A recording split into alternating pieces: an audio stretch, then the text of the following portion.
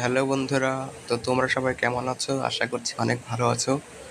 তো তোমাদের মধ্যে এই খাসির মাংসর পুরো রেসিপিটা তুলে ধরতে পারিনি, একটা শর্ট ভিডিও দিয়েছিলাম।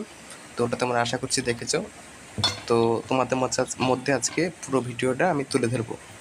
তো তোমরা দেখতেই পাচ্ছ, প্রেশার কুকারে আমি মাংসগুলো দিয়ে দিয়েছি।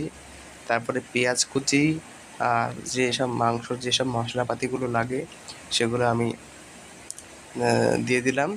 তারপরে 1 চামচ লবণ, পরিমাণ মতন লবণ দিয়ে দিলাম, আর পরিমাণ মতন লঙ্কার গুঁড়ো পরিমাণ মতন আমি দিয়ে দিলাম প্রেশার কুকারে। তারপর পরিমাণ মতন তেল,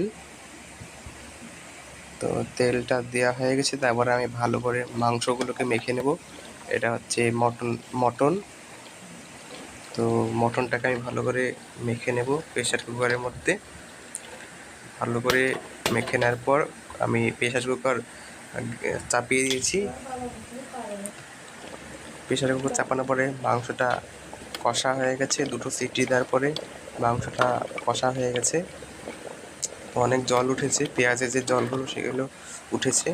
তারপরে মাংসটা কষা হয়ে যাওয়ার পর আমি কড়াইয়ে মাংসগুলো ঢেলে দিয়ে এখন ফুটিয়ে নিচ্ছি ভালো করে। মাংসগুলো জাস্ট তোমরা দেখবে, খুব সুন্দর কালার হয়েছে আর খুব খেতেও অসাধারণ সুস্বাদু।